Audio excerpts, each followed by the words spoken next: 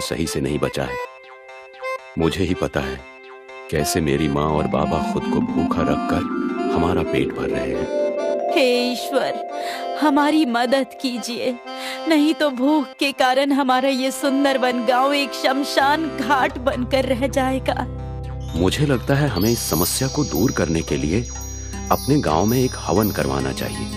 हाँ, यही सही रहेगा। वीरेंद्र और राधिका गांव में जाकर सभी लोगों को हवन के बारे में बताते हैं। सूखे की समस्या को देखते हुए सभी लोग हवन के लिए राजी हो जाते हैं। गांव में भगवान के मंदिर के सामने एक बहुत बड़ा हवन किया जाता है। हवन खत्म होने पर इस गांव में एक साधु बाबा आते हैं। भिक्षाम देहि माई। साधु बाबा एक एक करके गांव में सबके दरवाजे पर जाते हैं। हे माई, ये साधु कई दिनों से भूखा है, कुछ खाने के लिए दे दो। बाबा, घर में तो कल रात से चूल्हा नहीं जला है। मैं एक दिन छोड़कर एक दिन खाना बनाती हूँ, क्योंकि घर में पर्याप्त राशन नहीं है। ये सुनकर साधु बाबा जैसे ही इस घर से निकलने लगते हैं, वो औरत साधु बाबा को आवाज लगाती है। रुक जाइए बाबा, आप मेरे द्वार से खाली हाथ नहीं जा सकते। और वो औरत घर में जो भी राशन बचा है वो साधु बाबा की झोली में डाल देती है। ईश्वर तुम्हारी रक्षा करें और तुम्हारे सारे संकटों को दूर करें। साधु उस औरत को आशीर्वाद देकर और भिक्षा लेकर वहाँ से दूसरे घर की तरफ चले जाते हैं। साधु को एक कुटिया दिखाई देती है जिसमें एक परिवार खाना खा रहे हैं। भिक्षाम देहि। साधु की आवाज सुनकर परिवार का मुखिया बाहर आता है और उन्हें अपने हिस्से का खाना दे देता है। साधु उस मुखिया के हिस्से की एक रोटी खाते हैं, पर उससे साधु का पेट नहीं भरता। साधु के चेहरे पर असंतुष्टि के भाव देखकर परिवार का मुखिया अंदर जाता है और अपनी बीवी का खाना लाकर भी साधु बाबा को दे देता है। साधु बाबा ये एक रोटी और खा लेते हैं, पर इससे भी उनका पेट नहीं भरता। हे सज्जन पुरुष, तुमने ये अधूरा खाना खिलाकर मेरी भूख को और भी बढ़ा दिया है। ये लीजिए बाबा, आप मेरा भी खाना खा लीजिए। ये लीजिए साधु बाबा, आप मेरे हिस्से का भी खाना खा लीजिए और अपनी भूख मिटाइए। साधु बाबा ये सारा खाना खाते हैं और इस परिवार की सेवा भक्ति को देखकर इन्हें आशीर्वाद देते हैं। हे सज्जन पुरुष, मैं तुम्हारी सेवा और दान प्रवृत्ति देखकर बहुत खुश और चकित रह गया हूँ। तुमने और तुम्हारे परिवार ने खुद को भूखा रखकर आज मेरा पेट भरा है। ईश्वर तुम्हारी रक्षा करें, तुम्हारे सभी कष्टों को दूर करें। साधु बाबा इनको आशीर्वाद देकर अगले घर के दरवाजे की तरफ बढ़ते हैं। ऐसा करते करते साधु बाबा पूरे सुंदरवन गांव में घूमते हैं और भिक्षा मांगते हैं। देखते ही देखते शाम हो जाती है और साधु बाबा इस गांव से चले जाते हैं। गांव के सभी लोगों के पास जो भी कुछ था, उन्होंने सब कुछ साधु बाबा को दान कर दिया था। अब किसी के पास भी अगले दिन खाने के लिए एक दाना भी राशन का नहीं बचा था। पर जैसे ही सुबह होती है और सूरज निकलता है, तो सुंदरवन गांव के नजारे को देखकर सभी लोग चकित हो जाते हैं, क्योंकि गांव के एक तरफ से पानी की नदी और दूसरी तरफ से चावल की नदी बहने लगती है। हाँ, ये तो सचमुच ईश्वर की कृपा हो गई इस गांव पर। सभी गांव वालों ने एक नदी से पानी और दूसरी नदी से चावल लिए और गांव में एक बहुत बड़ी दावत रखी गई। एक समय की बात है, पर्वतपुर गांव की, जहां लोग अपने गांव के बाहर नहीं निकलते थे। क्या बात है पिंटू और मोनू, आज यहाँ कैसे आना हुआ? प्रधान जी, दरअसल बात यह है कि हमें गांव से बाहर जाना था, बस आपकी आज्ञा लेने आए थे। नहीं नहीं, कोई मना ही नहीं है, पर असल में रेगिस्तान में कोई जाना नहीं चाहता। वैसे तुम दोनों वहाँ क्यों जाना चाहते हो? हमें तो लगा कि गांव से बाहर जाने पर प्रतिबंध लगा है। हम तो बस देखना चाहते थे कि ये गांव के बाहर का रेगिस्तान कैसा है और सिर्फ हमारा गांव ही रेगिस्तान जैसा क्यों है। हाँ प्रधान जी, और गांव में पानी की वजह से इतनी दिक्कतें हैं, वर्षा होती ही नहीं, बस उस बड़ी झील की वजह से हम यहाँ बसे हुए हैं। हाँ, तुम सही कह रहे हो। बस ये झील ही एकमात्र कारण है कि अब तक इस पर्वत पर पूरा गांव टिका है, वरना यहाँ भी एक रेगिस्तान होता। लेकिन दिक्कतें तो अब भी हैं प्रधान जी। ये झील कोई स्थायी उपाय नहीं है। हम सोच रहे थे कि बाहर जाकर देखें, शायद कुछ समझ में आए हमारे और हम गांव की मदद कर पाएं। सोच तो बहुत बढ़िया है। ठीक है, तुम दोनों जाओ, पर अपना ध्यान रखना। प्रधान से आशीर्वाद लेकर दोनों वहाँ से निकल पड़े। धन्यवाद मोनू, अपने साथ लाने के लिए। मुझे भी इस गांव के लिए कुछ करना है और तुमने मुझे भी प्रयास करने का एक मौका दिया। अरे इसमें मैंने कुछ नहीं किया, बस कुछ करने की चाह होनी चाहिए। फिर हमारा साथ ना भी होता तब भी तुम इस यात्रा पर निकल ही जाते। चलो अब हम चलते हैं पानी की तलाश में ऐसी जगह जहां हम गांव वालों को ले जा सके। तीनों रेगिस्तान में निकल पड़ते हैं और एक साथ कोई नई जगह ढूंढने लगते हैं। पूरा दिन ढूंढने के बाद उन लोगों को कुछ नहीं मिलता और रात हो जाती है। आज तो हाथ में बस ये रेत आई, कुछ ऐसा मिला ही नहीं जिससे गांव का भला हो सके। हाँ, क्या हमें यहाँ इस रेत में कुछ मिलेगा भी? आज का दिन बीता नहीं और तुम दोनों ने अभी से शिकायतें शुरू कर दी।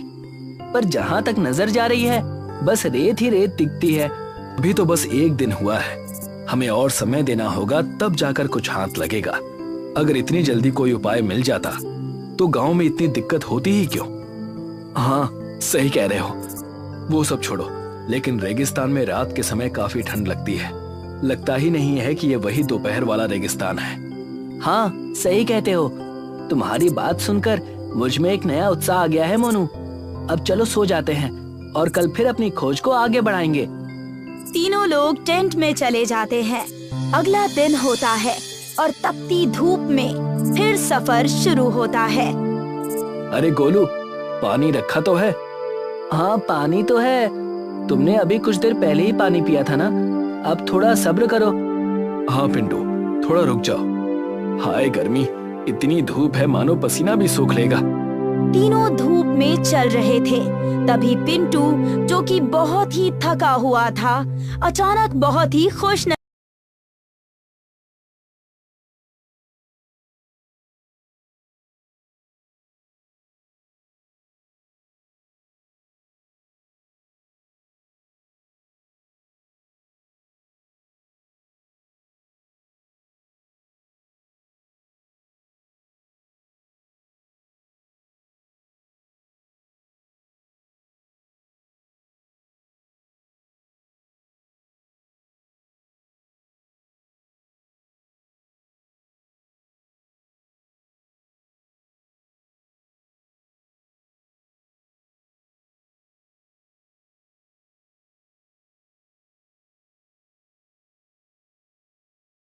जाओ, कोई भी ये पानी नहीं पिएगा।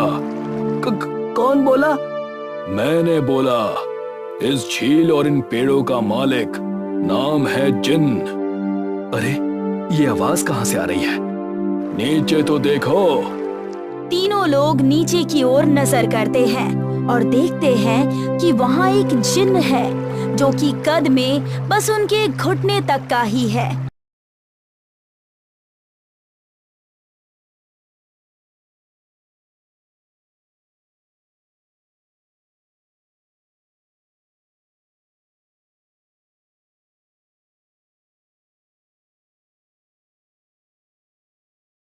गांव की समस्या का हल ढूंढने निकले थे। गांव के झील का पानी अब सूख गया है और हमें बड़ी दिक्कतें हो रही हैं। कृपा कीजिए और हमें इस झील का इस्तेमाल करने दीजिए। मन के साफ लगते हो, पर मैं ये झील तुम्हें नहीं दूंगा। तुम्हें अगर मेरी मदद चाहिए तो बदले में कुछ देना होगा। पर हमारे पास ऐसा कुछ है भी जो हम आपको दे सके? हाँ, तुम्हारी ही तरह एक और व्यक्ति आया था कई वर्षों पहले और उसने मेरे सामने ये इच्छा जाहिर की थी कि उसके गांव में झील आ जाए। जी, वो गांव हमारा ही है। हाँ, और उस व्यक्ति ने अपना वादा पूरा नहीं किया और वरदान के बदले जो मेहनत करने का वादा उसने किया था वो उसने नहीं निभाया और झील पाकर मुझे भूल गया। अच्छा, तो अब हम क्या करें जिन जी? कुछ करो नहीं, उस व्यक्ति का वादा पूरा करो, तुम्हारे गांव की समस्या अपने आप ठीक हो जाएगी। पर उसने ऐसा क्या वादा किया था? वैसे मैं आपको पहले ही बता दूं कि हमारे गांव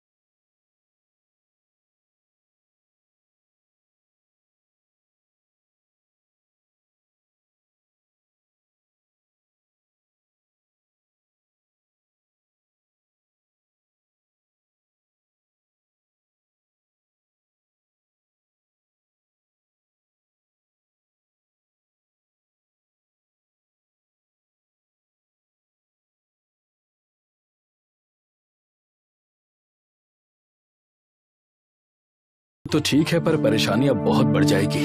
आखिर हम रेगिस्तान को हरा भरा करेंगे कैसे? हाँ, और हमारे पास उन छोटू जिंजी के अलावा और कोई चारा भी तो नहीं है। वही हमारी मदद कर सकते हैं। लगता है सब व्यर्थ हो गया।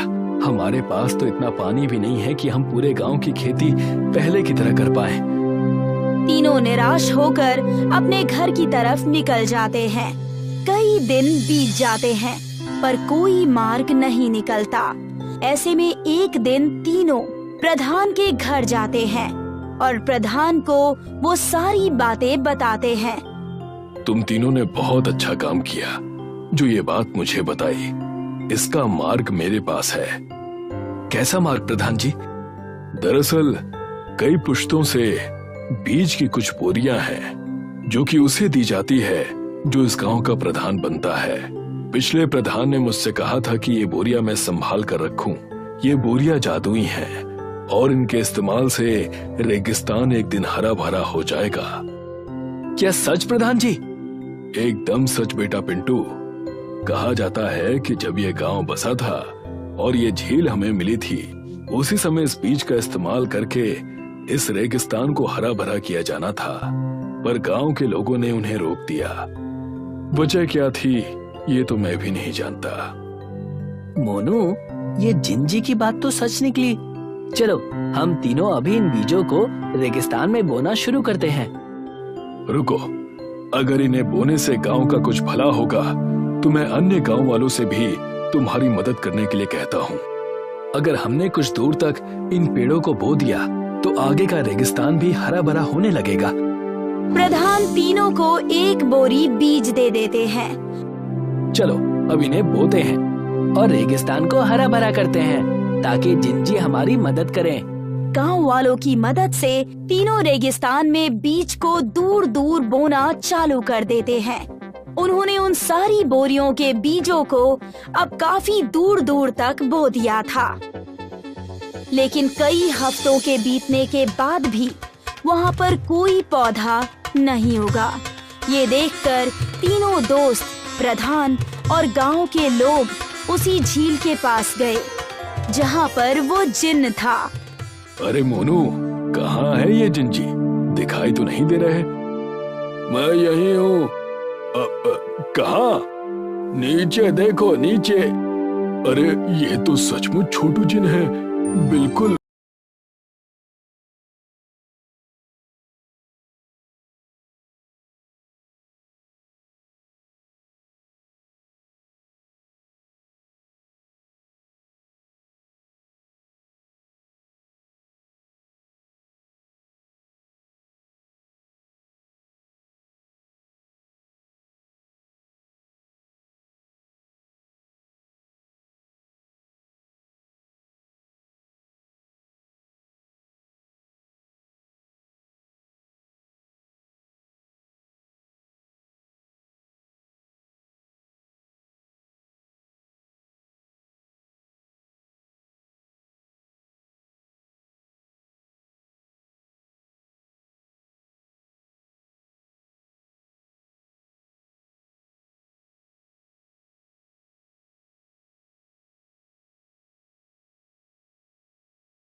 और इस गांव में क्या हुआ है वो भी। अच्छा, ऐसा क्या समझ गए तुम? हमें भी बताओ। हमारे गांव की झील जिंजी ने ही हमें प्रदान की थी, और जिस व्यक्ति ने उनसे ये झील पाई, उन्होंने इस रेगिस्तान को हरा भरा करने का वादा किया था। पर जिस प्रकार इस समय विरोध हो रहा है, उसी तरह उस समय भी विरोध करके लोगों ने ऐसा होने नहीं दिया। आप ही लोग बताइए कि वो झील सूख गई तो आप लोग क्या करेंगे? किस मुंह से मदद मांगेंगे जिंजी से? पर इनके पास शक्तियां हैं तो इन्हें हमारी मदद करनी चाहिए।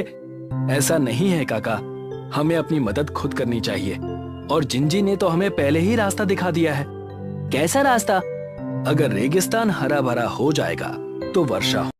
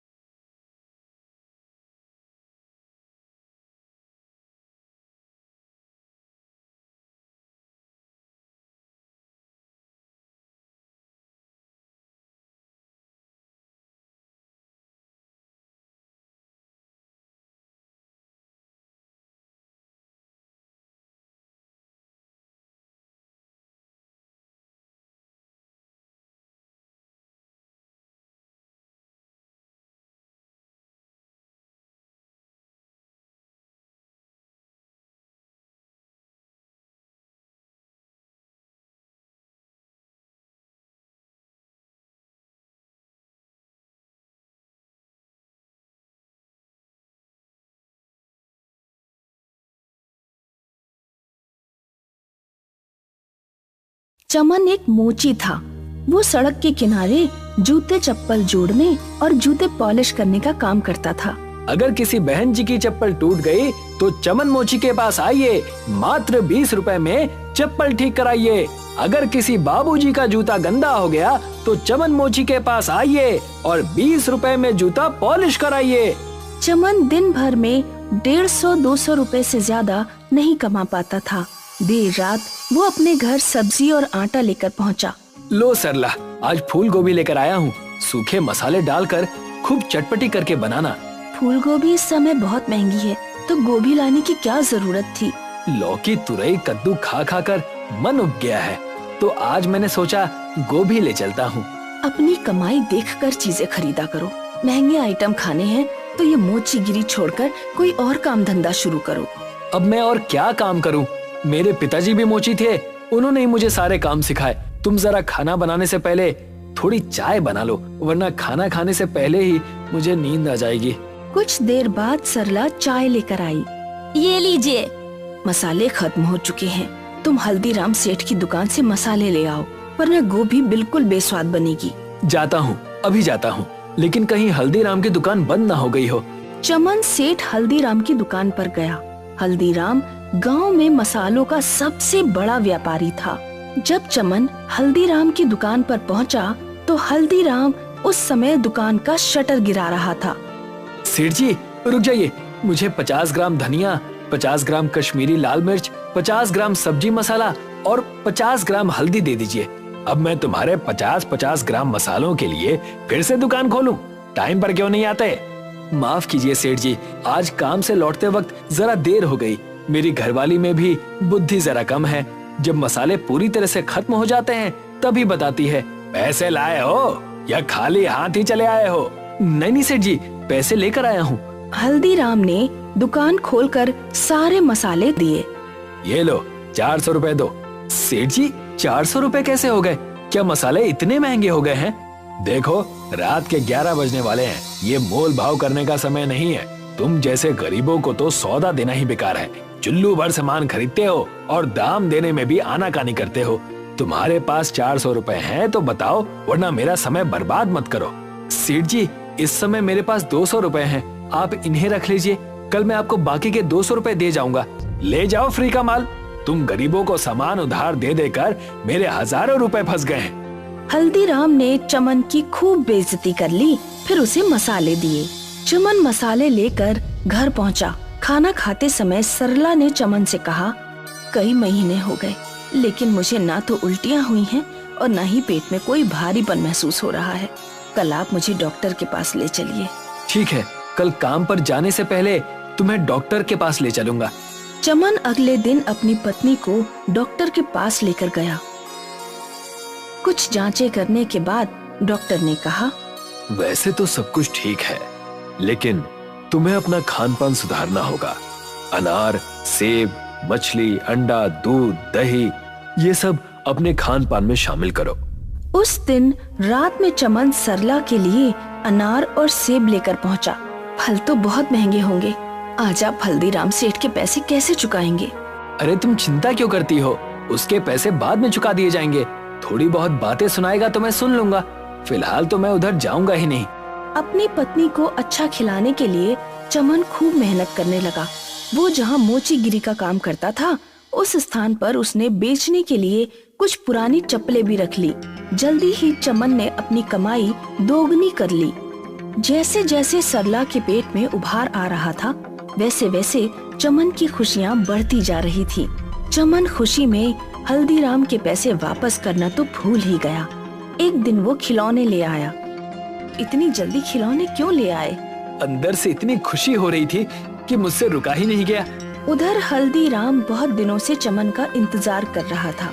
चमन सौदा लेकर उस दिन के बाद से तो गायब ही हो गया। अब तो इधर से निकलता भी नहीं है। मालिक, चमन की घरवाली पेट से है, इसीलिए चमन इस समय उसी की सेहत बनाने में लगा है। आपके कर्ज की उसे कोई चिंता नहीं है। हल्दीराम की भी पिता बनने की बहुत इच्छा थी, लेकिन उसकी शादी के कई सालों बाद भी उसकी पत्नी का गर्भ धारण नहीं हुआ था। हल्दीराम को चमन से जलन महसूस हुई। 200 का सूद बढ़ते बढ़ते 5000 पहुंच गया है। अब मैं चमन से पूरे 5000 वसूल करूंगा। रात में दुकान खुलवाकर सामान लेकर गया और अब पैसे देने का होश नहीं। कल पता लगेगा उस 2 कौड़ी के मोची को। अगले दिन हल्दीराम ने अपने आदमियों को चमन के पास भेजा। चमन रोड पर उस समय अपनी दुकान लगाकर ही बैठा था। तुमने सेठ हल्दीराम के पैसे नहीं लौटाए, इसलिए हम तुम्हारा सारा सामान जब्त करने आए हैं। मात्र 200 रुपए के लिए तुम मेरा सारा सामान जब्त कर लोगे? 200 नहीं, 5000। सेठ जी के कर्ज पर चक्रवृद्धि ब्याज लगता है, उसका हिसाब तुम्हें समझ में नहीं आएगा, लेकिन बस इतना जान लो कि तुम्हारा कर्ज 5000 हो गया है। भाइयों, इसका सारा सामान उठा लो। मेरे ऊपर दया करो, इस सामान से मेरी रोजी रोटी चलती है। मैं सेठ जी का कर्ज चुका दूंगा, लेकिन इस समय मेरा सामान छोड़ दो। मैं तुम्हारे सामने हाथ पैर जोड़ता हूँ। ये सब ड्रामा ना हमारे सामने नहीं चलेगा। हल्दीराम के आदमियों ने चमन का सारा सामान बटोर लिया और ले गए। चमन रोता हुआ उनके पीछे पीछे हल्दीराम के पास पहुंचा। सेठ जी, मेरी पत्नी गर्भवती है। इस समय मुझे पैसों की बहुत जरूरत है। मेरे ऊपर दया कीजिए, मेरा सारा सामान लौटा दीजिए। 5000 चुका दो, फिर अपना सामान ले जाना। मेरे सामने रोने धोने का कोई फायदा नहीं, मुझे सिर्फ पैसों से मतलब है। चमन उदास होकर घर पहुंचा। क्या हुआ, आज आप इतनी जल्दी कैसे घर आ गए? हल्दीराम सेठ ने मेरा सारा सामान छीनकर अपने पास रख लिया। कहता है 5000 का कर्ज चुकाओ, फिर सामान वापस मिलेगा। उस हल्दीराम की हिम्मत इतनी बढ़ गई, तुम अभी पुलिस के पास जाओ। पुलिस के पास जाने का कोई फायदा नहीं। हल्दीराम की बहुत जान पहचान है, मेरे जैसे गरीब की पुलिस नहीं सुनने वाली। तो आप क्या हाथ पे हाथ धरे बैठे रहेंगे, कुछ नहीं करेंगे? बहुत कुछ करूंगा। तुम कहती थी ना कि मोचीगिरी का काम छोड़ दो। हल्दीराम की वजह से ही सही ये काम अब छूट गया। अब मैं जूते चप्पलों की दुकान खोलूंगा। लेकिन उसके लिए पैसे कहाँ से आएंगे? मकान गिरवी रखकर। चमन ने अपना मकान गांव के प्रधान के पास गिरवी रख दिया और 2 लाख का इन्वेस्टमेंट करके जूते चप्पलों की शानदार दुकान खोली। चमन मजबूत टिकाऊ जूते चप्पल उचित दामों पर बेचता था, इसीलिए उसकी दुकान चल निकली। कुछ महीनों बाद एक दिन चमन हल्दीराम सेठ के पास पहुंचा। सेठ, मैं तुम्हारे रुपए चुकाने आया हूँ। हालांकि अब मुझे मोचीगिरी के सामान की कोई जरूरत नहीं है, लेकिन वो सामान मेरे पिताजी की निशानी है, इसलिए वो मुझे वापस चाहिए। चक्रवर्ती ब्याज से तुम्हारा कर्ज अब 20000 हो गया है। इतना कर्ज चुका पाओगे? चमन ने नोटों की गड्डी हल्दीराम की तरफ फेंकी। 25000 हैं, रख लो, जरूरत पड़ने पर तुम्हारे काम आएंगे। चमन मोचीगिरी का अपना सारा सामान ले गया। हल्दीराम को पहली बार अपना अपमान महसूस हुआ। मेरा इतना अपमान, कल का ये मोची आज मेरे सामने रुपए फेंक कर गया है। प्रधान जी के पास घर गिरवी रखकर इसने अपनी दुकान शुरू की है ना, मुझे सब पता है। इसकी वो हालत करूंगा कि ना ये घर का रहेगा ना घाट का। एक दिन हल्दीराम प्रधान के पास गया। जय राम जी की प्रधान जी। राम राम हल्दीराम, आज इधर दर्शन कैसे दे दिए? तुम्हें तो मसालों से नोट कमाने से ही फुर्सत नहीं मिलती। प्रधान जी, मैं आपके पास अपना कारोबार बढ़ाने के सिलसिले में ही आया हूँ। दरअसल मैं चमन का मकान खरीदना चाहता हूँ। वो जगह गोदाम बनाने के लिए एकदम परफेक्ट है। मैं उस मकान के 5 लाख रुपए देने को तैयार हूँ। आपके पास उस मकान के कागज तो हैं ही, मुझ पर कृपा करें और वो मकान मुझे बेच दें। 5 लाख की कीमत सुनकर प्रधान के मन में लालच आ गया। उसने अपने आदमी को भेजकर चमन को अपने घर बुलवाया। क्या बात है प्रधान जी, आपने मुझे क्यों बुलाया? तुम्हारा कर्ज बढ़ते बढ़ते 4 लाख हो गया है। मुझे इस समय पैसों की जरूरत है। 4 लाख का कर्ज अभी चुकाओ, वरना तुम्हारा मकान और दुकान दोनों मैं बेच दूंगा। ये आप क्या कह रहे हैं प्रधान जी? आपने तो मुझे 2 साल का समय दिया था। अब इतनी जल्दी मैं आपके पैसे कहाँ से लौटाऊं? आज शाम तक रुपयों का इंतजाम करो, वरना मकान और दुकान दोनों छोड़ दो। चमन कुछ दिन पहले ही हल्दीराम को 25,000 रुपए देकर आया था। उसके पास 4 लाख का इंतजाम किसी भी तरह नहीं हो सकता था। शाम को प्रधान के आदमी चमन के पास गए और उसकी दुकान और मकान पर कब्जा कर लिया। चमन की पत्नी 8 महीने की गर्भवती थी। चलो जंगल की तरफ चलते हैं, गांव में तो हमारे लिए कोई जगह नहीं बची। चमन और उसकी पत्नी जंगल में गए। वो जंगल में खाने की तलाश में काफी आगे चले गए। उन्हें एक नदी मिली। ये नदी जरूर किसी न किसी गांव तक जाती होगी। चमन ने लकड़ी की एक नाव बनाई और दोनों लोग उस नाव में बैठ गए। उस नदी ने चमन और सरला को एक रेगिस्तान तक पहुंचा दिया। हम तो किसी रेगिस्तान में आ गए। चमन ने देखा वो रेगिस्तान साधारण नहीं है। वहाँ रेत के पर्वतों की जगह सूखे मसाले के पर्वत थे। हल्दी का पर्वत था, लाल मिर्च का पर्वत था, सूखे धनिये का पर्वत था, अमचूर पाउडर का पर्वत था और भी बहुत से मसाले थे। लगता है ईश्वर ने हमारी मदद करने के लिए हमें यहाँ तक पहुँचाया है। ठीक कहा, इन मसालों को मैं गांव में ले जाऊंगा और सेठ हल्दीराम से भी बड़ी दुकान खोलूंगा। चमन ने बोरी में कई तरह के सूखे मसाले रख लिए और उन्हें लेकर गांव में पहुंचा। चमन ने बहुत सस्ते दामों पर मसाले बेचना शुरू किए। आओ आओ भाइयों बहनों, दिन दहाड़े लूट, सारे मसाले 100 रुपए किलो, कोई भी ले जाओ। चमन के पास गांव वालों की भीड़ लग गई। कुछ व्यापारी भी थोक में मसाले खरीदने पहुंच गए। हल्दीराम को जब ये बात पता लगी तो वो खुद उस स्थान पर पहुंचा जहां चमन मसाले बेच रहा था। हल्दीराम ये देखकर भौचक्का रह गया कि चमन के पास इतने सारे मसाले कहां से आ गए। हल्दीराम ने अपने एक नौकर से कहा, ये लो 5,000 रुपए। आज से तुम्हारा काम चमन पर नजर रखना है। जरा पता लगाओ कि चमन ये मसाले कहां से लेकर आ रहा है।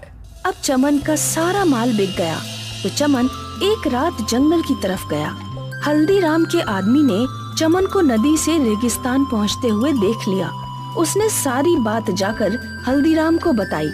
सेठ जी, जंगल में एक नदी है जो मसालों के रेगिस्तान तक जाती है। मसाले का रेगिस्तान? हाँ सेठ जी, मसाले का रेगिस्तान। वहाँ हर तरह के मसालों के रेत जैसे पहाड़ हैं। हल्दीराम तुरंत नाव पर सवार होकर मसालों के रेगिस्तान पहुंचा। उसने भी बोरों में मसाले भर लिए और अपनी दुकान तक ले आया। लेकिन जैसे ही उसने बोरियां खोलकर देखी तो उसे पता लगा कि बोरियों में तो रेत है। ये कैसे हो सकता है? मैं तो मसाले लेकर आया था, लेकिन ये तो रेत है। उधर